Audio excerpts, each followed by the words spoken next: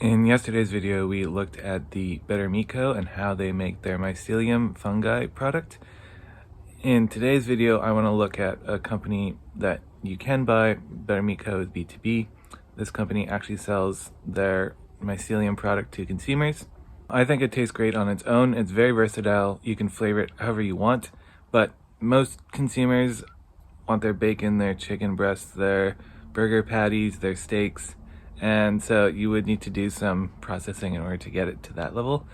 So really, this video is really about me doing my first taste test with the perspective of turning the product into one of those meat products that most consumers want. There's a company, Meati, and they make fungi steaks.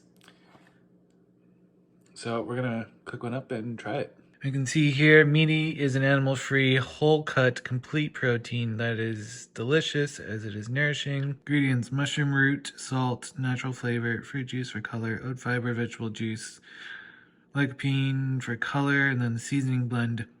So I got one here with the seasoning blend, and then I also have one that's just plain. Mushroom root is the key ingredient here. This is mushroom root carne asada steak. How close is this gonna bring us to real meat? One of the other things we're gonna do for this dish is we're gonna use the 0 acre cultured oil. Again, precision fermentation. This one's made using sugarcane. They ferment that to make the oil. It's has a really high smoke point and it's lighter, so we're gonna use this to cook our steaks.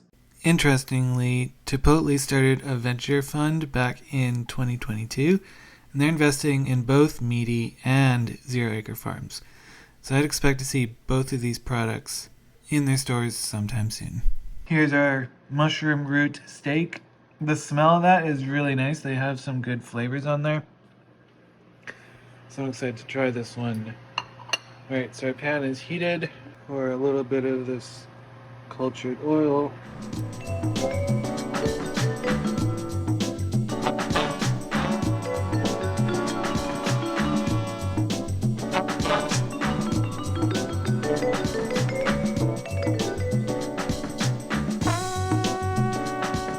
Oh, that's cool.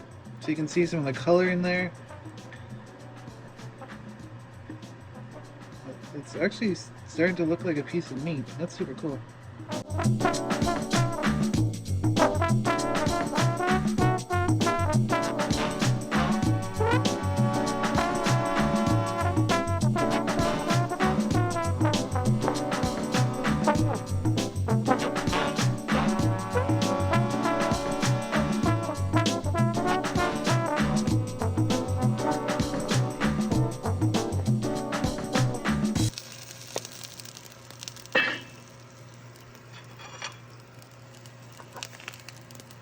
Oh, and a little like squish. Look at that, like, fucking meat color.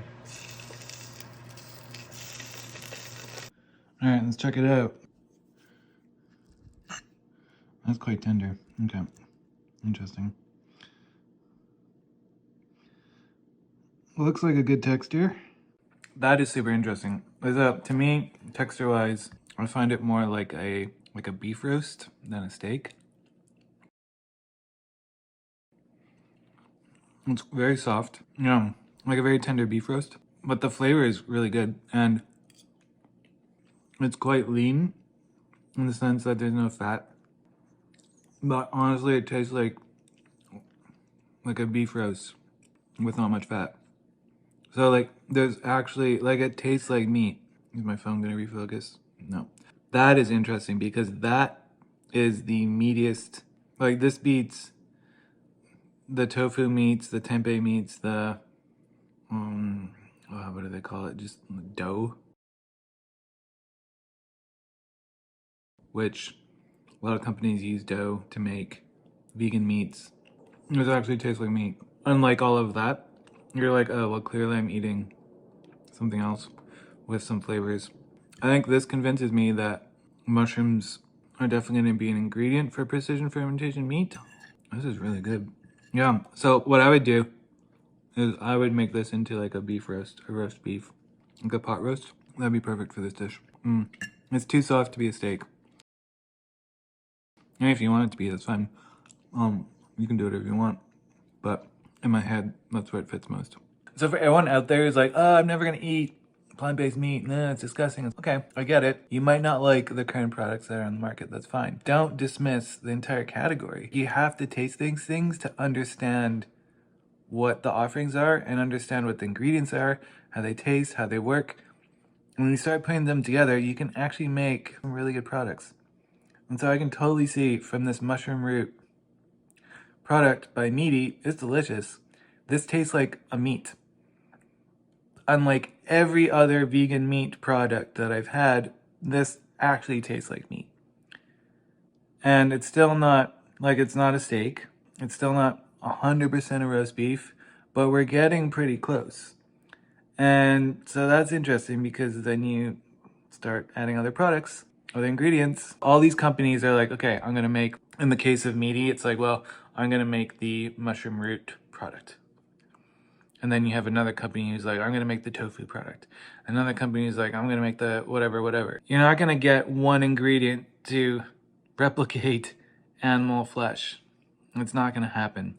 Now we have these companies who perfected their individual silo of ingredients for making a product, but we need to start combining them and probably add some other, like the precision fermentation heme, or there's other things we can do. It's gonna be a really interesting number of years now that the startups who are making these mushroom products and developing that mushroom side of the technology, as they now get into the market, that adds a whole nother level of just ability to make better plant-based meats.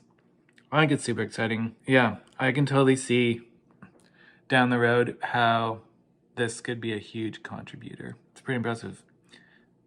Again, I would urge, if you're interested in food tech, stop shunning plant-based meats. Go check them out and go explore all the different types because they're all slightly different. Once we start combining them, I think that's where the magic's gonna happen. I'm Chris, this is Space Foods. We'll see you in the next video.